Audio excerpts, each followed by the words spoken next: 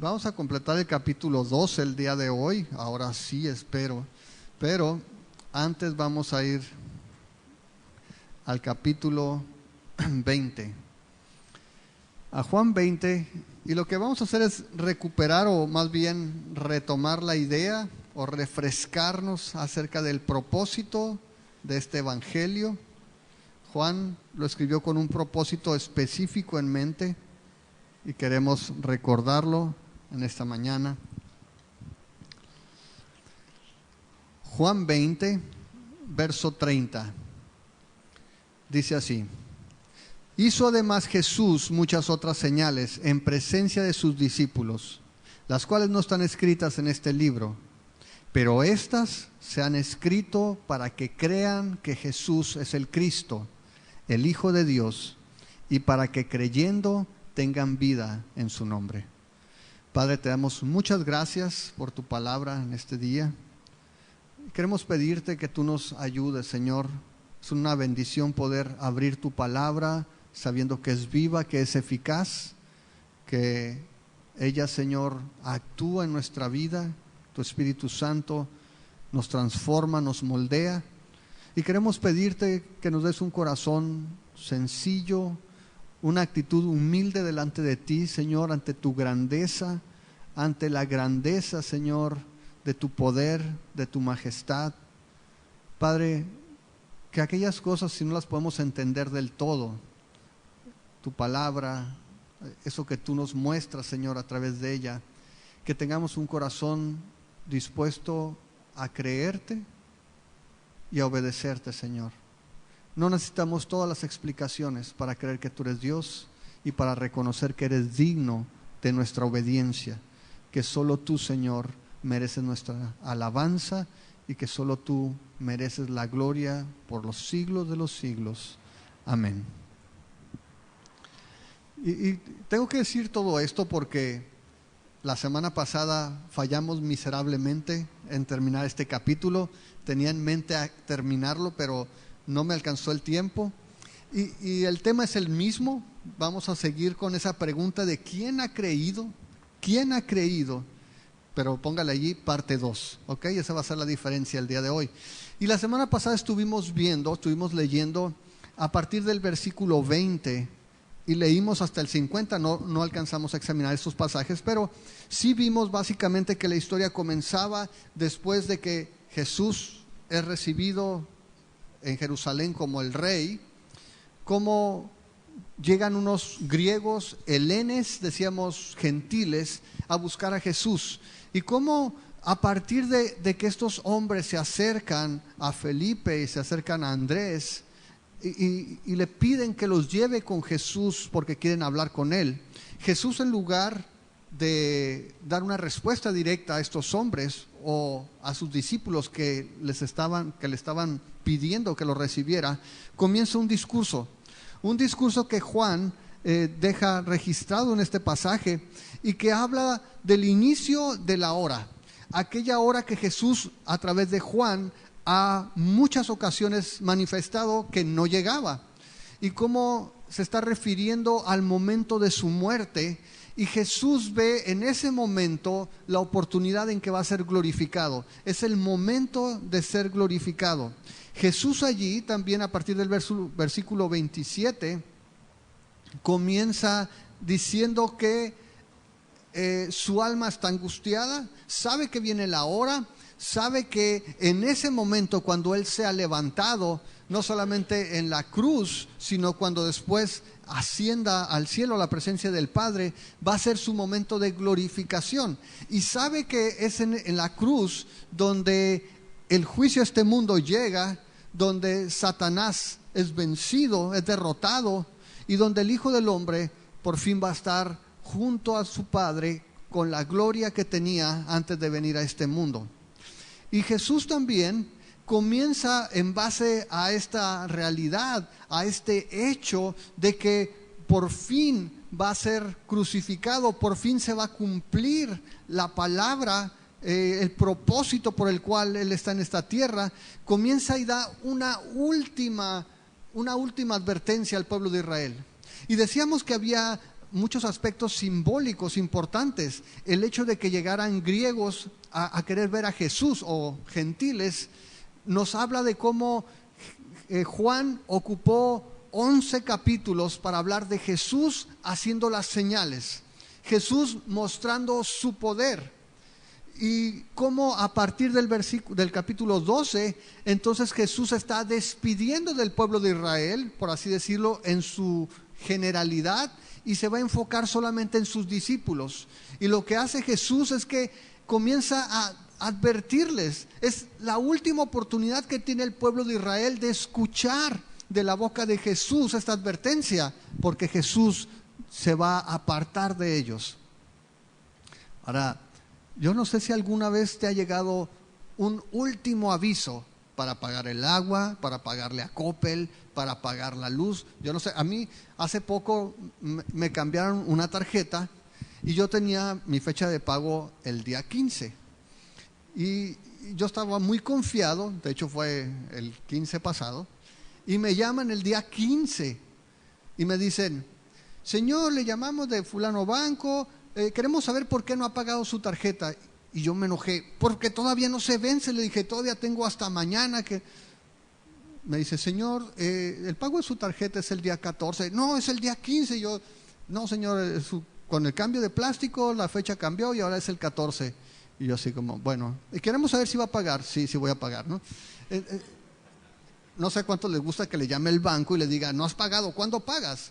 ¿No? Espero que no sean muchos, pero el asunto es que cuando te llega un último aviso, te están diciendo, ¿sabes qué? Considéralo, porque normalmente ese aviso es, este es el último día, si no, le vamos a cobrar intereses, le vamos a cortar la luz, le vamos a cortar el servicio, va a pagar una multa, va a pagar reconexión. Sabes que hay consecuencias. Jesús está haciendo un último aviso, la última advertencia que hace al pueblo de Israel en general. Y Jesús lo que va a hacer es que va a dar esa advertencia y luego nos va a explicar algo misterioso. Lo va a hacer en boca de Juan para explicarnos por qué la gente, a pesar de las advertencias y a pesar de la insistencia de Jesús, no cree en Jesús. Y finalmente vamos a ver las consecuencias de no escuchar las advertencias de Jesús, que son consecuencias eternas. Y veíamos algunas de estas cosas y el día de hoy vamos a retomarlo y vamos a partir del verso 35, vemos ese último aviso. Verso 35 dice, entonces Jesús les dijo, aún por un poco está la luz entre ustedes, anden entre tanto que tienen luz, para que no se sorprendan, para que no les sorprendan las tinieblas, porque el que anda en tinieblas no sabe a dónde va. Entre tanto que tienen la luz, crean en la luz para que sean hijos de luz. Y si has estado tomando el estudio inductivo los miércoles, te vas a dar cuenta de que las repeticiones son importantes. Y en estos pasajes, chécate cuántas veces habla de la luz. Jesús no solamente se presenta aquí como la luz, Jesús ya se había presentado como la luz desde el prólogo. Juan, en el capítulo 1, dice que la luz vino al mundo.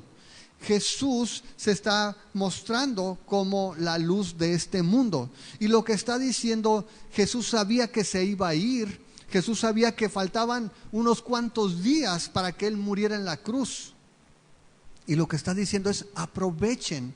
Es la última advertencia. Mientras está la luz aquí, caminen en la luz, anden en la luz. Y esa es una imagen muy, muy cotidiana, ¿verdad? O sea, tú sabes que si andas a oscuras, ¿qué pasa? Tropiezas, no sabes para dónde vas. Y aquí la imagen es esa. En aquel tiempo no había alumbrado público como ahora. Si tú andabas fuera de la ciudad y te agarraba la noche sin estrellas, nublado como ahorita, no ibas a ver nada. Así de que lo que ibas a hacer, te ibas a detener y te ibas a dormir ahí porque no sabías a dónde ibas. Y Jesús está diciendo, las tinieblas vienen, la oscuridad viene, la luz se va a ir, ahorita está aquí, aprovéchala ahorita, aprovecha la luz. Y mira, fíjate lo que dice en el verso 36, entre tanto que tienes la luz, cree en la luz. ¿Qué significa creer en la luz?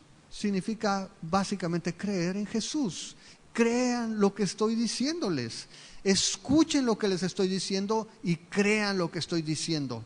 ¿Para qué? Y dice allí, para que sean hijos de luz. Ahora, esta imagen es muy sencilla. Es decir, Jesús es la luz. Si tú crees a la luz, entonces tú te conviertes en hijo de luz. Una de las cosas que vemos en el capítulo 1 de Juan es que Jesús fue rechazado por su pueblo, pero dice que todo el que le recibió se convirtió en su hijo. Y la Biblia nos enseña continuamente en los evangelios que el propósito de sus hijos, ¿cuál es? Que seamos luz, que nosotros reflejemos la luz en nuestro tiempo, en nuestra vida, para que otros puedan ver la luz también.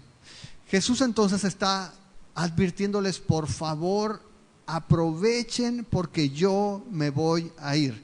Y en el verso 36, la segunda parte dice, estas cosas habló Jesús y se fue y se ocultó de ellos. Y decíamos que esto era simbólico.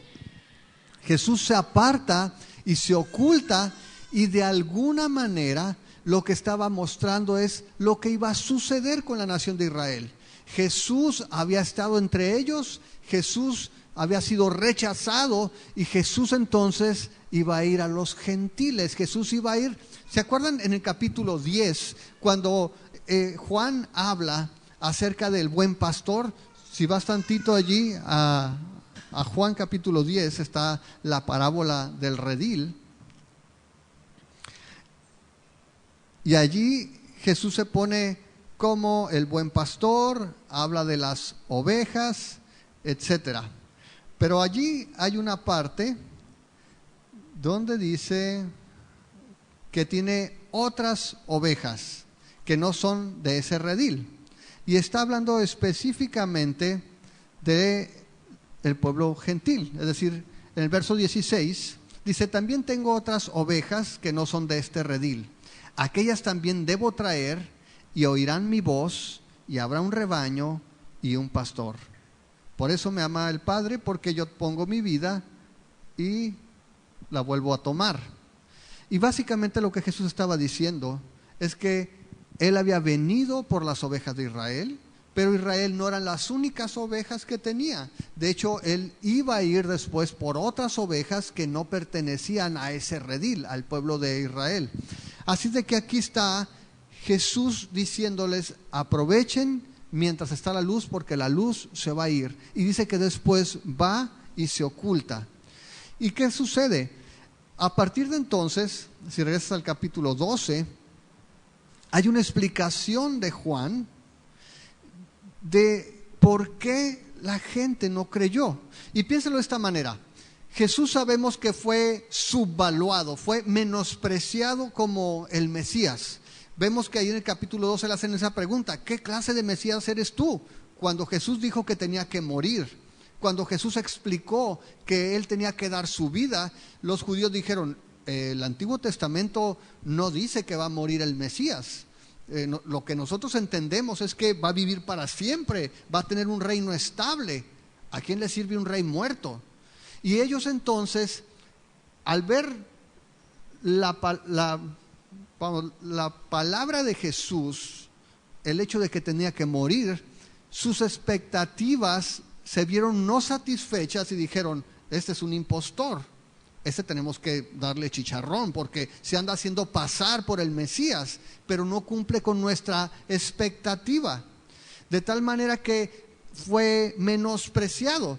Pero si tú leyeras esto, o lo leemos el día de hoy, podemos preguntarnos si no fue un gran fracaso de Dios el que su propio pueblo no lo recibiera.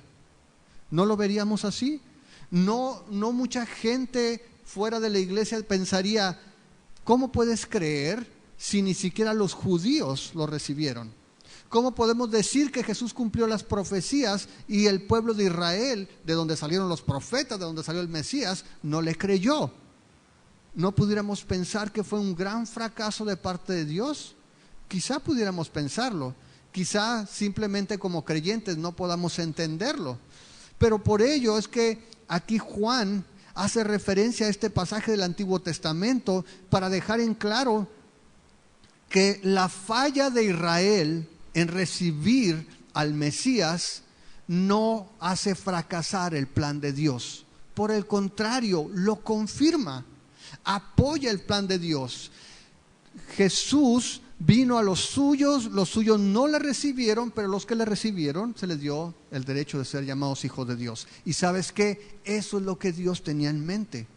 Ahora, por eso cuando llegamos a este pasaje, en el verso 37 dice: pero a pesar de que había hecho tantas señales delante de ellos, no creían en él, a pesar de eso.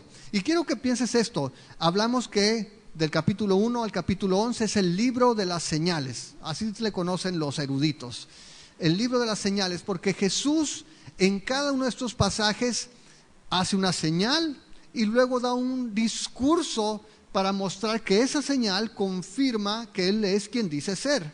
Y a través de esos pasajes también Jesús se muestra como el yo soy, complementado con una palabra que satisface verdaderamente la necesidad humana. Como yo soy la luz, yo soy el agua, yo soy el pan que descendió del cielo, yo soy el camino, yo soy. Jesús en esos pasajes no solamente da el discurso, sino que muestra una señal. Ahora, cuando habla de señal, tiene esa particularidad. El milagro o el prodigio que realiza Jesús tiene un propósito en mente. No es apantallar a la gente. No es que la gente diga, wow. Es que la gente diga, este es el que dice ser. Este verdaderamente es el que está diciendo que Él es. Y lo digo esto para que podamos captar que los milagros o las señales que habla Juan no son las señales que mayormente vemos el día de hoy. Mucha gente el día de hoy busca señales. No sé si tú has escuchado eso. Muchas iglesias, de hecho, enfocan toda su actividad en los milagros. Es que si la gente ve el poder de Dios, la gente va a creer en Jesús. Pero la Biblia nos dice eso. Y quiero que contrastes, si tú llegas a una reunión y te duele la cabeza y alguien ora por ti, ¿el Señor te sana? Sí, el Señor lo puede hacer. Pero eso no se compara, en el buen sentido, no se compara con levantar un muerto de 4 días. ¿Estás de acuerdo? Eso no lo ves todos los días.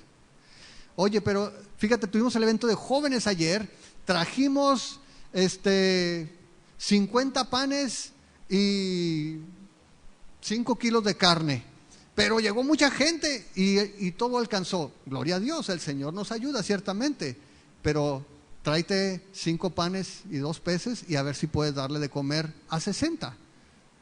No se compara con las señales que hizo Jesús. Ahora, no estoy diciendo que no haya milagros el día de hoy. Lo que quiero que veas es el contraste entre lo que hoy en día buscamos como milagros y aquellas cosas que Jesús hizo con un propósito particular en mente: validar que Él era el Mesías, el Hijo de Dios. Oye, fíjate que llovió y yo corrí y casi ni me mojé. Gloria a Dios, ¿no? Porque me hacía daño, excelente. Pero Jesús caminó sobre el agua, no lo ves todos los días. ¿Sí me explico? Y dice Juan, a pesar de todas las señales, porque Jesús no solamente hizo 7 que están registradas aquí, hizo todas las que Juan menciona que no caben en los libros, hizo muchas señales, pero a pesar de eso, ¿qué pasó? La gente no creyó en Él. Ahora, es interesante cuando piensas en la historia de Israel, porque Israel tiene un historial impresionante ¿de qué? De desobediencia a Dios, de incredulidad. El pueblo de Dios, desde que el Señor los saca, y vamos a tomar, desde que el Señor los saca de Egipto, tú ves la historia en el Éxodo, ves la historia en Josué y ves la historia en Jueces, y cuando llegas a Jueces dice, parece que volvieron a empezar. Cada quien hacía lo que bien le parecía.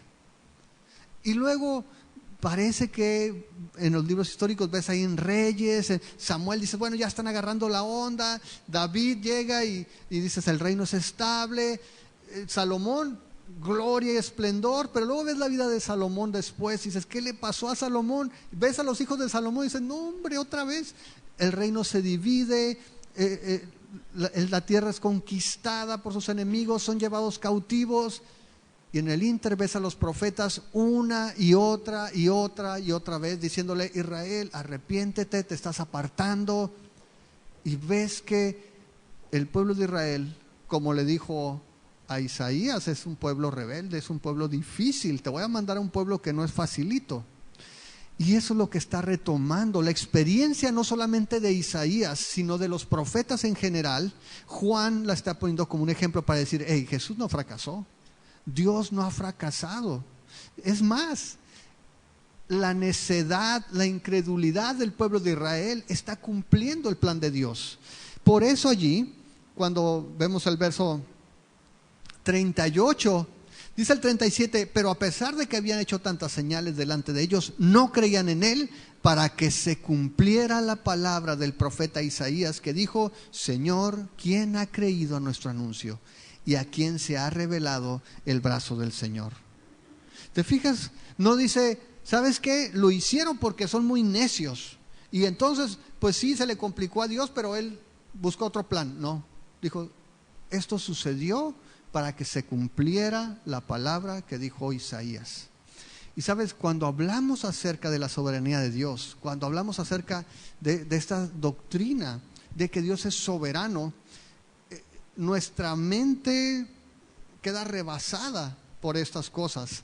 Hay un pasaje que siempre se me quedó grabado, si vas a Romanos 11, cuando por primera vez empecé a leer acerca de estas cosas. El capítulo 11 precisamente habla de este misterio en Romanos. El misterio de que el tropiezo de Israel nos ha abierto la puerta a nosotros. Y lo puedes ver, por ejemplo, allí en el versículo 11. Digo pues, ¿han tropezado los de Israel para que cayeran? En ninguna manera, pero por su transgresión, ¿qué vino? La salvación a los gentiles para provocarlos a celos. ¿Tropezó Israel? Sí, pero no para siempre. Pero en su tropiezo nos abrió la puerta a nosotros. ¿Cómo es eso? Dios lo tenía planeado. Ahora, si tú te vas en el verso 25, ves que no es para siempre, porque no quiero, hermanos, que ignoren este misterio, para que no sean arrogantes en cuanto a ustedes mismos, que ha acontecido a Israel endurecimiento en parte, hasta que haya entrado la plenitud de los gentiles, y luego que todo Israel será salvo. Como está escrito, vendrá de Sión el libertador, que apartará de Jacob la impiedad, y este será mi pacto con ellos cuando yo quite sus pecados. Así que en cuanto al evangelio, son enemigos por causa de ustedes, pero en cuanto a la elección, son amados por causa de los padres.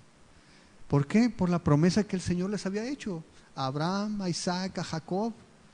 ¿Cómo podemos entender eso? Pues yo no sé si tú puedas. Yo la verdad no. Pero no tengo problema con eso, porque mira lo que dice el verso 32.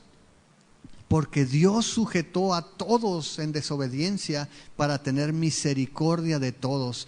Oh, profundidad de la riqueza, de la sabiduría y de la ciencia de Dios. Cuán insondables son sus juicios e inescrutables sus caminos. Porque ¿quién entendió la mente del Señor? ¿O quién fue su consejero? ¿O quién le dio a él primero para que le fuese recompensado? Porque de él y por él y para él son todas las cosas. A él sea la gloria por los siglos. Amén. ¿Y cuál es el punto?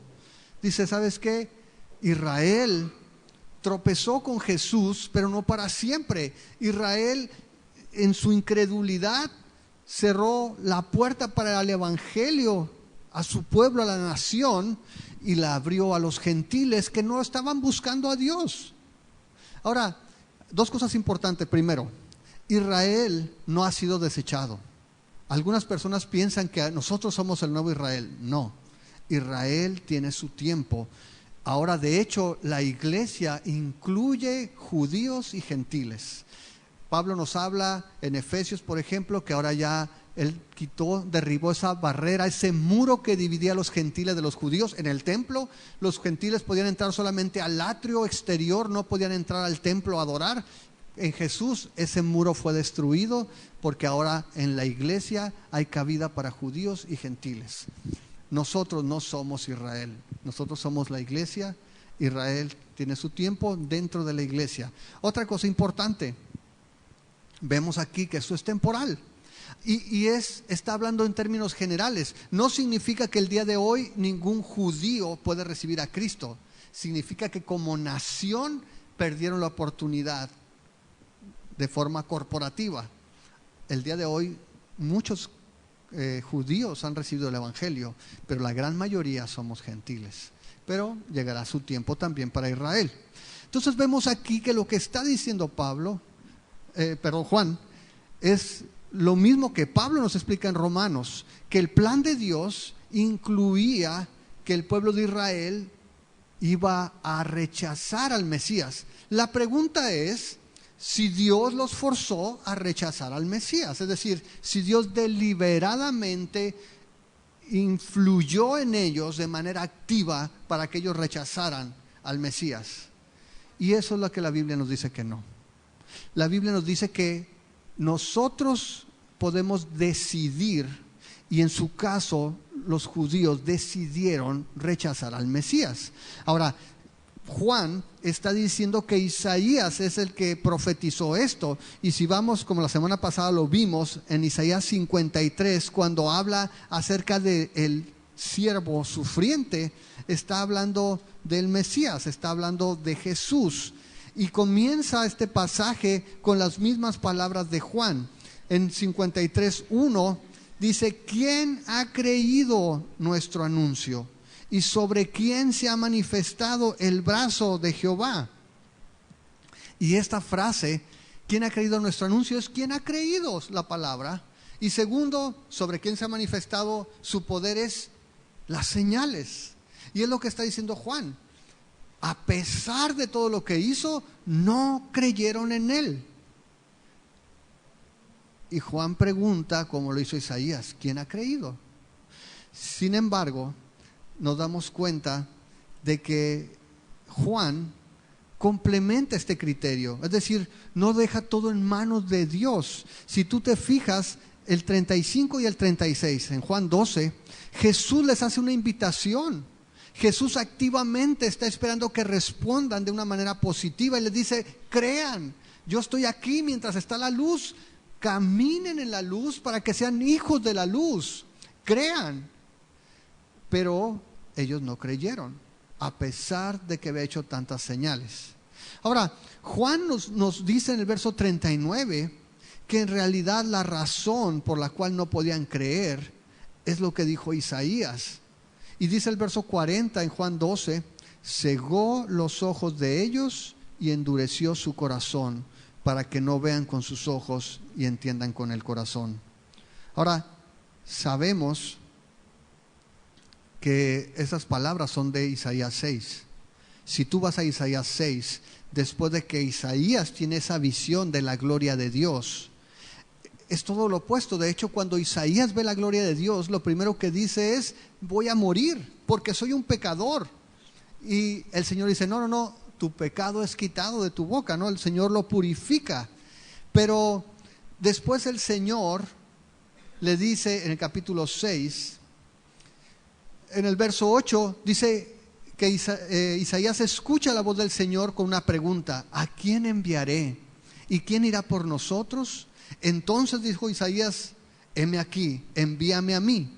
Y el Señor le toma la palabra, el verso 9, y le dice: anda y di a este pueblo, escucha bien y no entiendas, vean, por cierto, mas no comprendas.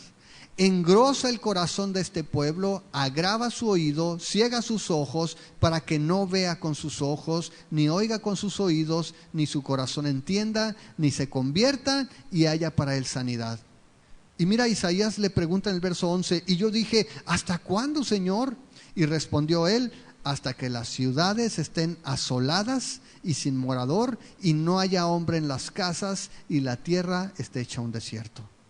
Es el tiempo en que Isaías está anunciando que viene un juicio para Israel, y dice Isaías: tú profetízales, no te van a escuchar. ¿Y sabes qué? Se van a endurecer, y entonces va a venir juicio. Isaías dice: ¿y hasta cuándo va a ser esto? Hasta que sean destruidas las ciudades. Y entonces va a haber un proceso de restauración. Lo que está diciendo Juan es que lo mismo que pasó en el tiempo de Isaías es lo que pasó en el tiempo de Jesús. Vino Jesús cumpliendo las profecías, hablándole al pueblo directamente la necesidad de arrepentimiento, pero en lugar de arrepentirse, el pueblo se endureció contra Jesús. Y eso lo vamos a encontrar muchas veces. Ahora, esto no significa que no fueran responsables. De hecho, si vas al libro de los Hechos, nuevamente Pablo toma este mismo argumento y lo aplica a los judíos también. Ve al libro de Hechos en el capítulo 28. Y es el final del libro de Hechos, cuando Pablo está predicando, está preso, arraigo domiciliario, pero está predicando. Y dice a partir del verso 17 que llegan los principales de los judíos, dice, que estaban reunidos con él, y Pablo comienza a predicarles y dice: yo, varones hermanos, no habiendo hecho nada contra el pueblo ni contra las costumbres de nuestros padres, he sido entregado preso desde Jerusalén en manos de los romanos, los cuales, habiéndome examinado, me querían soltar por no haber en mí ninguna causa de muerte, pero oponiéndose los judíos me vi obligado a apelar a César, no porque tenga de qué acusar a mi nación. Así que por esa causa les he llamado para verlos y hablarles, porque por la esperanza de Israel estoy sujeto con esta cadena. ¿Cuál es la esperanza de Israel? Jesús, el Mesías. Dice el verso 21, entonces ellos le dijeron: nosotros ni hemos recibido cartas de Judea acerca de ti, ni ha venido alguno de los hermanos que haya denunciado o hablado algún mal de ti.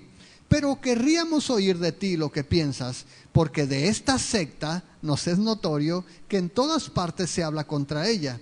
Y habiéndole señalado un día, vinieron a él muchos a la posada, a los cuales les declaraba y les testificaba el reino de Dios desde la mañana hasta la tarde, persuadiéndolos acerca de Jesús, tanto por la ley de Moisés como por los profetas.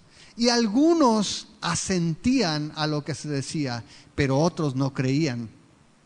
Y como no estuvieron de acuerdo entre sí, al retirarse les dijo Pablo esta palabra: bien habló el Espíritu Santo por medio del profeta Isaías a nuestros padres, diciendo: ve a este pueblo y diles, de oído oiréis y no entenderéis, y viendo veréis y no percibiréis, porque el corazón de este pueblo se ha engrosado, y con los oídos oyeron pesadamente, y sus ojos han cerrado, para que no vean con los ojos y oigan con los oídos, y entiendan de corazón y se conviertan, y yo los sane. Sepan pues que a los gentiles es enviada esta salvación de Dios, y ellos ¿qué?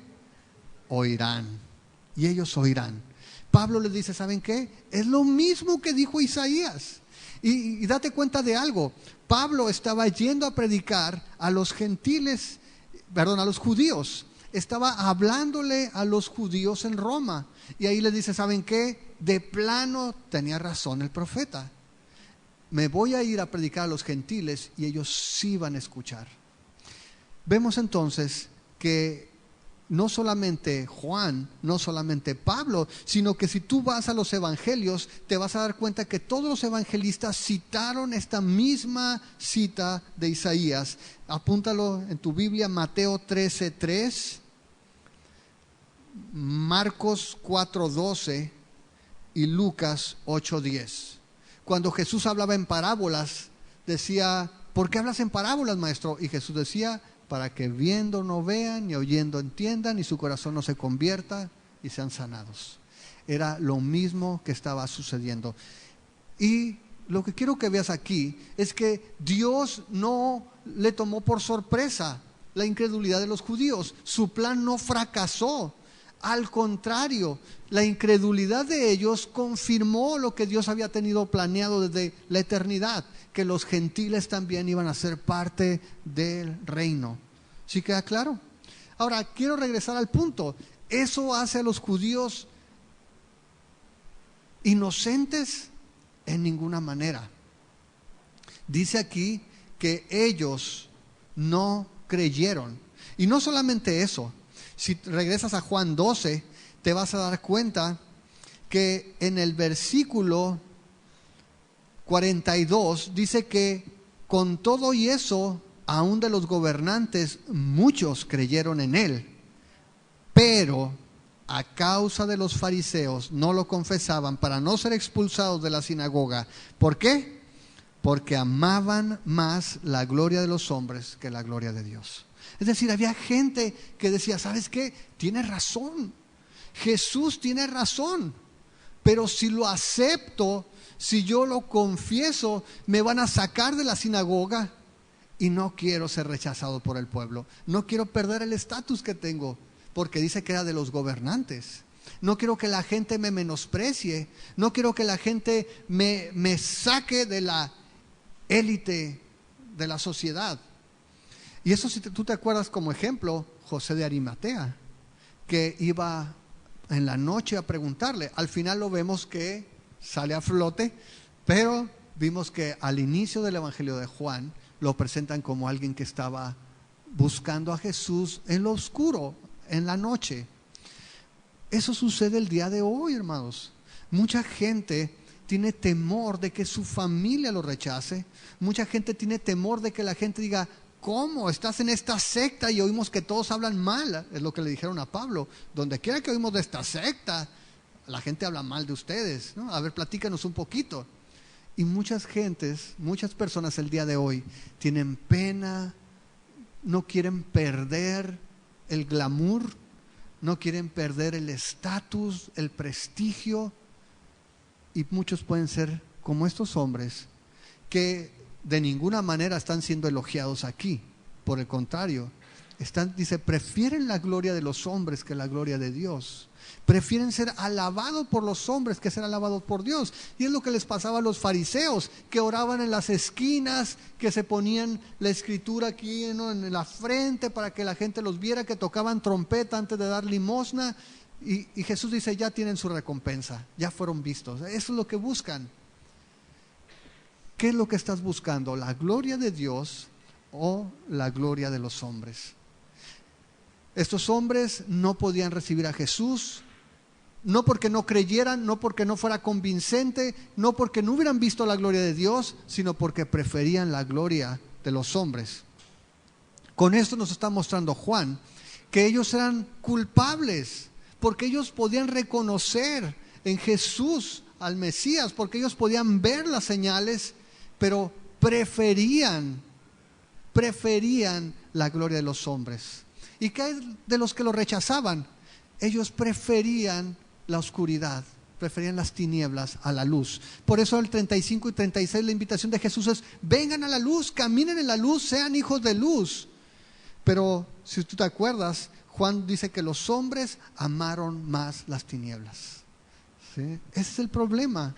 Ese es el problema entonces. Ese es el problema el día de hoy. No es que Dios no quiera que creamos, no es que Dios ponga estorbos a la gente para que crea. Somos culpables nosotros mismos de no recibir la luz, de no creer lo que Jesús ha dicho. Dice en Juan capítulo 3, normalmente sabemos la parte bonita, verso 16, porque de tal manera amó Dios al mundo que ha dado a su Hijo unigénito para que todo aquel que en él cree no se pierda, mas tenga vida eterna. Porque no envió Dios a su Hijo al mundo para condenar al mundo, sino para que el mundo sea salvo por él. El que en él cree no es condenado, pero el que no cree, ¿qué pasó? Ya ha sido condenado, porque no ha creído en el nombre del unigénito Hijo de Dios. Y esta es la condenación, que la luz vino al mundo y los hombres amaron más las tinieblas que la luz, porque sus obras eran malas. Dios sabía, Dios conoce el corazón de cada hombre. Él sabía que como nación iban a rechazar a Jesús. Eso no hace culpable a Dios del rechazo personal, el rechazo de cada persona a la evidencia, a la luz que el Señor ha puesto en Jesús. Si tú te fijas, regresando a Juan 12, dice allí que en el verso 39, por esto que no podían creer. Por esto no podían creer. ¿Sabes? En la actualidad sucede algo similar. La gente está en tinieblas. De hecho, si tú vas a Efesios, acompáñame por favor al libro de Efesios. al capítulo 4. ¿En el mundo hay oscuridad? Sí, pero en el corazón del hombre hay oscuridad. Dice en el capítulo 4, el verso 17. Esto pues digo y requiero en el Señor, que ya no anden como los otros gentiles que andan en la vanidad de su mente. Mira el 18. Teniendo el entendimiento que entenebrecido, ajenos de la vida de Dios por la ignorancia que hay en ellos. ¿Por qué? Por la dureza de su corazón. No es la ignorancia por su incapacidad para entender a Dios, o por la ignorancia porque es tan complicado entender el pecado que no pueden. No, están en ignorancia porque tienen un corazón duro, por la dureza de su corazón. Si tú buscas un ejemplo representativo, un ejemplo clásico, lo mencionaba la semana pasada, está en el Antiguo Testamento, está en Éxodo 4:21. Si tú lo lees, está hablando de Faraón. Cuando el Señor habla con Moisés, le da instrucciones para que vaya a Egipto, para que hable con Faraón y para que le diga que deje salir a su pueblo. Dice específicamente: y dijo Jehová a Moisés, cuando hayas vuelto a Egipto, mira que hagas delante de Faraón todas las maravillas que he puesto en tu mano, pero yo endureceré su corazón, de modo que no dejará ir al pueblo. Y dice el Señor allí: yo endureceré su corazón. Dices: qué mala onda Dios. No, ¿cómo que va a endurecer el corazón? Pero fíjate bien, si pásate al capítulo 7 allí, y mira la actitud de Faraón cuando Moisés comienza a hablar con él. Llega allí y Dios le había dicho en el verso 3 que iba a endurecer el corazón de Faraón, pero que él hiciera las señales que el Señor le había pedido, que iban a venir las plagas, etc. Entonces se presenta ante Faraón, como el Señor le indica, lleva su vara, ¿no?, bien macizo, porque la vara se convertía en serpiente. Dijo: con esto lo apantallo, él se va a quebrantar y va a dejar que salga, ¿no? Eso era lo que pensaba Moisés. Dios había dicho que Faraón se iba a endurecer. Llega y en el verso 8 dice: habló Jehová a Moisés y a Aarón diciendo: si Faraón le respondiere diciendo, muéstrenme un milagro, dirás a Aarón: toma tu vara, échala delante de Faraón para que se haga culebra. Vinieron pues Moisés y Aarón a Faraón e hicieron como Jehová lo había mandado, y echó Aarón su vara delante de Faraón y de sus siervos, y se hizo culebra. Entonces llamó también Faraón sabios y hechiceros, e hicieron también lo mismo los hechiceros de Egipto con sus encantamientos, pues echó cada uno su vara, las cuales se volvieron culebras, mas la vara de Aarón devoró las dos varas de ellos. Pero mira el verso 13, y el corazón de Faraón, ¿qué? Se endureció. Ahora, ¿dice que Dios lo endureció? No, dice que cuando vio que sus encantadores podían hacer lo mismo, dijo: no, no se hace. Se endureció. Ahora, si tú te vas allí al verso 22, ¿qué pasa? Otro milagro, viene sangre al río, ¿no? Convierten el agua en sangre, pero dice allí en el versículo 22: y los hechiceros de Egipto hicieron lo mismo con sus encantamientos. ¿Y qué pasó con el corazón de Faraón? Se endureció. Y si tú, apúntalo, lees en tu casa, porque apunta el 7:22, el 8:15, 8:19, 8:32, 9:7 y 9:12. Y te va a estar hablando una y otra vez la misma escena, hasta que Dios dice: ahora sí lo voy a endurecer. Pero para esto Faraón ya había endurecido su corazón. Y eso es lo que está hablando Juan. Dios ha hecho todo lo que tenía que hacer, ha validado las profecías del Antiguo Testamento, ha mostrado sus maravillas, su poder a través de Jesús. Ahora te toca decidir. Si tú estás continuamente rechazando, entonces Dios dijo: ¿sabes qué? Nos vamos de aquí y te dejamos en tu dureza de corazón. ¿Es Dios culpable? En ninguna manera. Dios es soberano, pero nosotros somos responsables. Y esas verdades, esas dos van siempre de la mano. Hay diversas explicaciones, posiciones filosóficas, muchos ismos, ¿no? Desde los arminianos, los calvinistas, los molinistas, y hay otros socionistas por ahí. Hay diferentes posturas filosóficas que tratan de armonizar estos dos conceptos. ¿Sabes qué? En Calvary Chapel no tomamos ninguna postura porque ninguna satisfactoriamente explica lo que la Biblia nos presenta. Nosotros creemos lo que dice la Biblia, no lo tenemos organizado y te podemos dar todos los pormenores, porque la Biblia no te da ese detalle. Creemos que Dios se las ingenia para ser soberano y para que todos los seres humanos podamos ser responsables de nuestras decisiones. ¿Sí queda claro? Dios lo que quiere es que tú elijas. Nunca vas a poder llegar delante de Dios y decir, es que tú no me hiciste creer, me hiciste incrédulo. No, Señor, tú eres responsable de tu respuesta al Evangelio. Dios conoce todas las cosas y Dios tiene un plan, sí, pero eso no nos va a quitar la responsabilidad de la forma en que nosotros decidamos. ¿Ok? Muy bien, regresamos entonces a Juan y vemos en el verso 42 que a pesar de eso hubo gente que había creído.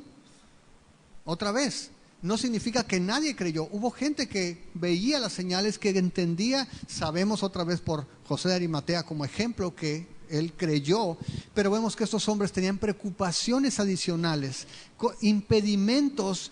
Ellos anhelaban la gloria, anhelaban la popularidad, anhelaban ser considerados socialmente. Y ¿sabes qué decían? No, prefiero quedarme con la gloria de los hombres que reconocer públicamente esto y ser honrado por Dios. ¿Cuál es el problema? El problema es que Jesús había dado la última advertencia. Y si no la escuchaban, lo que hace Juan, hace un resumen de las consecuencias. Y dice allí el verso 44, Jesús clamó y dijo, el que cree en mí, no cree en mí, sino en el que me envió. Y el que me ve, ve al que me envió. Ahora, quiero que pienses en eso. Esto no es la primera vez que lo menciona Jesús. Jesús, si tú recuerdas en Juan 10:30, dice, el Padre y yo somos uno. Somos uno. En Juan 10:38 dice, si no me creen a mí, crean las obras que hago para que vean que el Padre está en mí y yo estoy en el Padre. Y Jesús a través de todo su ministerio siempre dijo que lo que hacía lo hacía porque el Padre le decía y que él no podía hacer nada por su propia iniciativa. Es decir, mostraba que el Padre y el Hijo siempre estaban en sintonía y en una sujeción voluntaria. Jesús siempre se sujetaba al Padre de manera voluntaria, no porque fuera menos que el Padre, sino porque esa era la relación Padre e Hijo implicaba esa sujeción. Por eso menciona Filipenses 2 que Jesús se despojó de su gloria y se humilló a sí mismo haciéndose obediente. Jesús es Dios, el Hijo es Dios, el Padre es Dios, y Juan lo deja claro desde el principio. En el principio era el verbo estaba con Dios y el verbo era Dios. Por eso Juan se toma tanto tiempo en el capítulo 1 de los versos 1 a 18 en mostrarnos que Cristo es Dios, porque de eso trata todo el Evangelio de Juan. Y aquí entonces, cuando Jesús está hablándole al pueblo, le dice, ¿sabes qué? Acuérdate lo que dijo Jesús. Acuérdate, el que cree en mí no está creyendo solamente en mí, sino en el que me envió. Y ese es el argumento que tiene Dios para condenar al mundo también. Vamos a leer el clásico de amor fraternal que está en Primera de Juan, capítulo 5. Porque esa es la acusación a todos aquellos que no creen en Cristo el día de hoy. En el versículo 9, si recibimos el testimonio de los hombres, mayor es el testimonio de Dios, porque este es el testimonio con que Dios ha testificado acerca de su Hijo. El que cree en el Hijo de Dios tiene el testimonio en sí mismo. El que no cree a Dios le ha hecho mentiroso, porque no ha creído en el testimonio que Dios ha dado acerca de su Hijo. Y este es el testimonio, que Dios nos ha dado vida eterna y esta vida está en su Hijo. Y cuando tú predicas el Evangelio y cuando tú predicas que el Padre envió al Hijo a morir por nuestros pecados y la gente no cree, dice Juan, estás haciendo a Dios mentiroso, porque no estás creyendo el testimonio que Dios ha dado, que Él ha enviado a su Hijo para que tengamos vida eterna. Ese es el problema con la gente. No solamente está rechazando a Cristo, está rechazando a aquel que envió a Jesús. Y está diciendo Juan, hey, acuérdate, el que cree en mí, no solamente cree en mí, está creyendo en aquel que me envió también.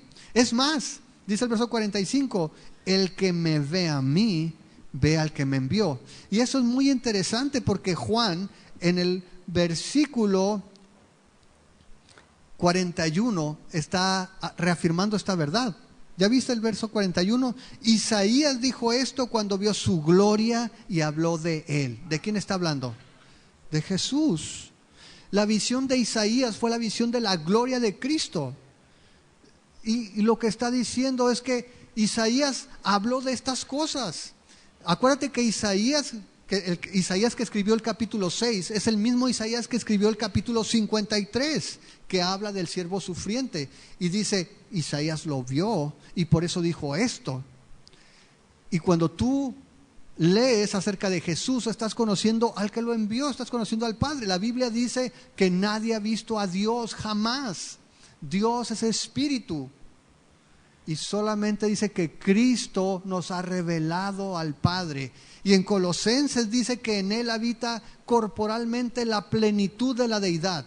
Todos los atributos de Dios, toda la gloria de Dios, el carácter, su santidad, su amor, lo vimos en un cuerpo caminando en este mundo, en Jesús. Y cuando la gente veía a Jesús, cuando conocía a Jesús, cuando conoces a Jesús el día de hoy, estás conociendo al Padre. Eso se llama vida eterna, ¿sabías? Si vas al capítulo, en Juan, capítulo 17,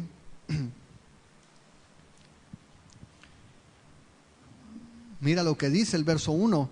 Es la oración de Jesús. Estas cosas habló Jesús y levantando los ojos al cielo dijo, Padre, la hora ha llegado. Glorifica a tu Hijo para que también tu Hijo te glorifique a ti. Como le has dado potestad sobre toda carne para que dé vida eterna a todos los que le diste. Y esta es la vida eterna. ¿Qué? Que te conozcan a ti, el único Dios verdadero, y a Jesucristo a quien has enviado. Cuando puedes ver en Jesús la gloria de Dios, es que tienes vida eterna. Ve a 2 de Corintios al capítulo 4. Y lo mismo que pasó con los judíos pasa el día de hoy. Y nos explica Pablo que el problema es que el príncipe de este mundo es el que ahora está cegando los ojos de los incrédulos para que no puedan ver la gloria de Cristo. 2 de Corintios 4, versículo 3 dice, pero si nuestro evangelio está aún encubierto, entre los que se pierden está encubierto, en los cuales el Dios de este siglo cegó el entendimiento de los incrédulos para que no les resplandezca la luz del evangelio de la gloria de Cristo, el cual es la imagen de Dios. ¿Sí queda claro? ¿Sí queda claro? Dice, ¿sabes qué? Tienes que creerme, porque si no me crees a mí, te estás haciendo culpable de llamar mentiroso a Dios, porque el que me ha visto a mí, ha visto al que me envió. Necesitas creer esta advertencia que te he hecho. Verso 46 dice, yo la luz he venido al mundo para que todo aquel que cree en mí no permanezca en tinieblas. Y así como en los dos versículos anteriores Jesús dijo, cree en mí, porque si crees en mí, crees en el Padre. Jesús aquí está diciendo, cree en mí porque yo soy la luz. Porque si no vas a quedar en tinieblas. Porque si no, como decía ahorita, no vas a saber a dónde vas. no vas a poder entender las cosas de Dios. Sin Cristo estamos en oscuridad. Sin Cristo estamos apartados de Dios. Somos ajenos a las cosas de Dios. Y solamente Jesús nos puede librar del reino de las tinieblas. Si vas otra vez a Colosenses, rápidamente, Colosenses capítulo 1.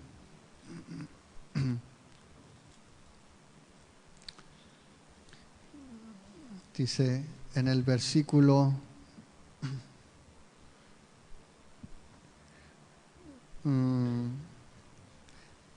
a partir del versículo 3, Pablo hace una oración y dice el verso 13: el cual nos ha librado de la potestad de las tinieblas y trasladado al reino de su amado Hijo, en quien tenemos redención por su sangre, el perdón de pecados. Solamente por medio de Jesús, que es la luz, podemos ser cambiados a ese reino de luz. Es el reino de Jesús. Crean en mí, porque yo soy la luz. Dice: yo la luz he venido al mundo para que todo aquel que cree en mí no permanezca en tinieblas. Verso 47: al que oye mis palabras y no las guarda, yo no le juzgo, porque no he venido a juzgar al mundo, sino a salvar al mundo. El que me rechaza y no recibe mis palabras, tiene quien le juzgue. La palabra que he hablado, ella le juzgará en el día postrero. Ahora, sabemos que Jesús dice, bueno, no lo voy a juzgar yo ahorita. Vimos en 3:16, 17, 18 que Jesús no vino a condenar al mundo, vino a salvarlo, pero sabemos que va a regresar a juzgarlo. Y Jesús, cuando vino, decía: el juicio de este mundo ha sido ya, porque es muy sencillo. El que tiene al Hijo tiene la vida, el que no tiene al Hijo, dice Juan 3:17, que ha sido juzgado. Si tú no has creído en Jesús, tú ya estás condenado, no por Jesús, simplemente estás rechazando el testimonio de Dios. Pero Jesús sí va a regresar y va a ejecutar juicio. Y es lo que está diciendo: ¿sabes qué? Necesitas creer, porque sí va a haber un juicio. Sí va a haber un juicio para cada persona, y somos responsables de cómo hemos respondido a Jesús. Ahora, fíjate allí también, dice que hay quien juzgue ahorita la palabra. Si tú vas a Juan 5:45, esto es lo que Jesús les dijo a los escribas, a los fariseos, a los expertos en la Biblia: ustedes tienen quien los juzgue. Juan 5, verso 45 dice: no piensen que yo voy a acusarlos delante del Padre. Hay quien los acusa, Moisés, en quien tienen su esperanza, porque si creyeran a Moisés, me creerían a mí, porque de mí escribió a él. Pero si no creen a sus escritos, ¿cómo creerán a mis palabras? Ellos decían: no ocupamos a Cristo, nosotros tenemos la ley, tenemos a nuestro profeta Moisés, nosotros tenemos las promesas. Y Jesús le dice: hey, yo no los voy a acusar, Moisés los va a acusar, porque ustedes están rechazando lo que dijo Moisés. Jesús está diciendo: ¿sabes qué? Necesitas creer en mí, porque sí va a haber un juicio. Mucha gente el día de hoy piensa que no va a haber juicio. Incluso hay grupos dentro del cristianismo histórico que se han apartado diciendo: ¿sabes qué? Lo que va a suceder en realidad, la salvación significa que vas a ser eterno como Jesús, y los demás, cuando mueran, no van a existir más. Es lo que llaman la aniquilación del alma. ¿Sabes qué? Te moriste y se acabó. Pero Jesús dice: hey, necesitas arrepentirte, porque sí va a haber un juicio, porque sí va a haber consecuencias de no creer en lo que estoy diciendo, de no creer en mí. Dice el versículo 49: porque yo no he hablado por mi propia cuenta. El Padre que me envió, Él me dio mandamiento de lo que he de decir y de lo que he de hablar. Y sé que su mandamiento es vida eterna. Así pues, lo que yo hablo, lo hablo como el Padre me lo ha dicho. Y Jesús da la última razón: necesitas creer porque te estoy dando el mandato del Padre. El Padre me dio un mandamiento y el mandamiento es para vida eterna. Pero ¿sabes qué? Si tú no lo crees, Jesús otra vez dice: no me estás negando a mí, no me estás rechazando a mí. Yo no estoy inventando nada, lo que te estoy diciendo es lo que el Padre me dijo que te dijera. Y tú que estás aquí hoy, esto que te estoy leyendo es lo que el Padre le dijo a Jesús que nos dijera. Y tú no rechazas a José Machado, tú no rechazas a Jesús solamente, estás rechazando al Padre que envió a Jesús. Entonces son 4 advertencias que da Jesús, por los cuales dice: tienes que creer en mí, porque no creer en mí es igual a no creer al Padre. Tienes que creer en mí, porque no creer en mí es permanecer en tinieblas. Tienes que creer en mí, porque si no crees en mí, de todas formas va a haber juicio. Y tienes que creer en mí, porque si no crees en mí, simplemente estás rechazando el mandamiento del Padre. Y las consecuencias, amados, son eternas. La pregunta es otra vez, como dijo Isaías: ¿quién ha creído? ¿Quién puede creer el día de hoy esto? ¿Quién puede poner su confianza, su seguridad eterna en las palabras de aquel hombre que el Padre envió a morir en una cruz? Jesús hizo este último llamado a la nación de Israel, y sabemos por la historia que Israel rechazó a Jesús, y sabes que vino juicio. No fue en vano que fuera destruido el templo, que Roma arrasara la ciudad y que el pueblo de Israel fuera dispersado por siglos hasta 1948, cuando volvió a ser una nación. Fue el juicio de Dios por rechazar a su Hijo. Este es el último llamado que el Señor hizo, y quizás el último llamado para muchos de nosotros. No sé si tú vayas a regresar el otro domingo, si vuelvas a escuchar el Evangelio, si vuelvas a venir a esta reunión, o no sé si quieras, si vamos a estar vivos el día de mañana, y esa es la realidad. No quiero ser trágico o dramático, pero esa es la realidad. No sabemos cuándo el Señor nos va a llamar a cuentas, y lo que sí sabemos es que hay un plazo para que esas cosas sucedan. Si tú vas al libro de Hechos, en el capítulo 17, Pablo, hablando con los griegos, les hace referencia a este día, a esta fecha, a esta vigencia que hay dentro del plan, el propósito de Dios, para que todos seamos llamados a cuentas.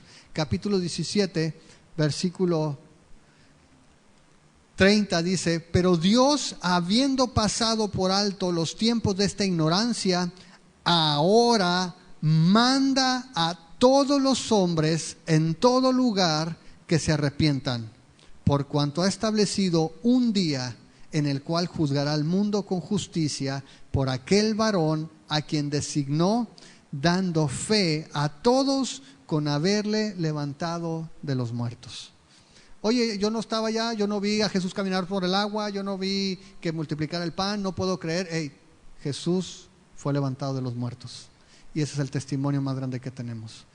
Si tú lo rechazas, no hay excusa para el día que el Señor te llame a cuentas. Así de que si hay un plazo, si hay una fecha, si hay un día en que todos vamos a rendir cuentas, tenemos que estar preparados para ese día, y Pablo nos dice que lo hagamos a la brevedad.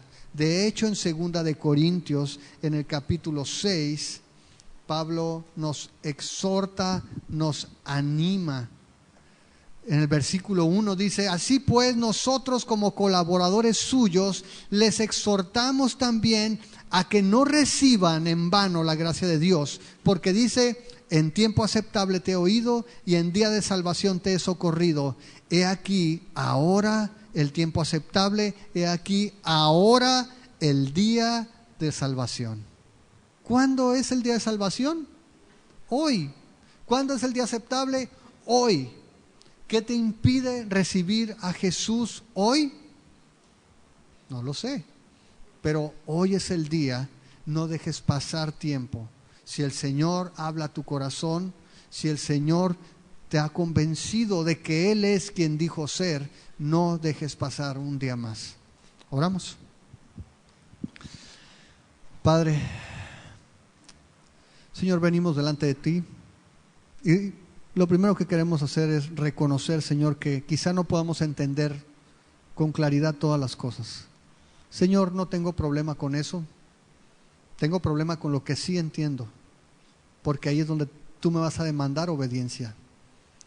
Y si el día de hoy puedo entender que un día todos los hombres vamos a dar cuenta delante de ti, quiero tomar acciones, quiero tomar medidas el día de hoy. Y si tu palabra dice que hoy es el día de salvación, que hoy es un día aceptable para ponernos a cuentas contigo, Señor, no tengo excusa para no hacerlo. Si es la gloria de los hombres lo que me impide hacerlo, si es el prestigio, si es la reputación que puedo perder por seguirte, Señor, que así sea. Señor, que podamos verte como lo más valioso que tenemos, que podamos verte en nuestra vida como el único tesoro que vale la pena guardar. Danos, Señor, un corazón que se humille delante de ti, que podamos reconocer que estamos perdidos sin ti, Señor, que somos pecadores, que ninguno de los que estamos aquí, es más, ningún hombre fuera de Jesús jamás ha podido vivir una vida que te agrade apartado de ti. Señor, te pedimos para que tu Espíritu Santo hable en nuestro corazón, para que tú traigas convicción en este día y podamos arrepentirnos, Señor, si no hemos recibido este testimonio de que tu Hijo Jesús es el Mesías, si no hemos creído que tú lo enviaste a morir por nuestros pecados para que tuviéramos vida eterna. Ayúdanos, Señor, a creer eso. Y queremos pedirte para que en este día tú traigas salvación. Si hay alguno que está dudando en este lugar, Padre. Y te voy a pedir que así con tus ojos cerrados, si tú no estás seguro de ir al cielo, si tú no le has pedido nunca perdón al Señor y nunca lo has reconocido como tu Dios, como tu Salvador, hoy es un buen día. Hoy es un buen día y queremos orar por ti. Y solamente me gustaría saber si hay alguien que le gustaría que oráramos en esta mañana. Solo tienes que levantar tu mano ahí donde estás, con tus ojos cerrados. Si hay alguien, solamente levanta tu mano. Queremos orar por ti. No queremos que te vayas igual. Ok, vea tu mano, puedes bajarla. ¿Habrá alguien más? Alguien más que diga, sabes que yo no estoy convencido, no lo he hecho, quisiera hacerlo. ¿Habrá alguien más? Ok. Les voy a pedir que todos me ayuden. Así como están, vamos a orar y vamos a reconocer que como pecadores que somos, necesitamos un Salvador. Alguien que pague nuestra deuda para que podamos ser reconciliados con Dios. Señor, sabemos que somos pecadores. Señor, reconocemos nuestras faltas y queremos pedirte para que si hay alguno, Señor, que nunca te ha recibido, que pueda entender que es por tu muerte en la cruz que tú pagaste por nuestras faltas, que tú mismo nos has reconciliado contigo mismo enviando a tu Hijo a morir en la cruz. Señor, trae la convicción de que somos perdonados, de que poniendo nuestra confianza en ese hecho, en ese acto de amor, nosotros somos hechos justos, no porque somos perfectos, sino porque la justicia de tu Hijo Jesús nos es contada en nuestra cuenta. Señor, te damos gracias por esa salvación que nos das, por ese sacrificio de tu Hijo Jesús. Señor, porque sabemos que solamente hay un camino para ir al cielo. Y ese es Jesucristo. Solamente por medio de Él podemos ser reconciliados contigo. Te pedimos para que tú traigas esta confianza, esta fe, Señor, en cada uno de tus hijos. Te damos muchas gracias en el nombre de Jesús. Amén.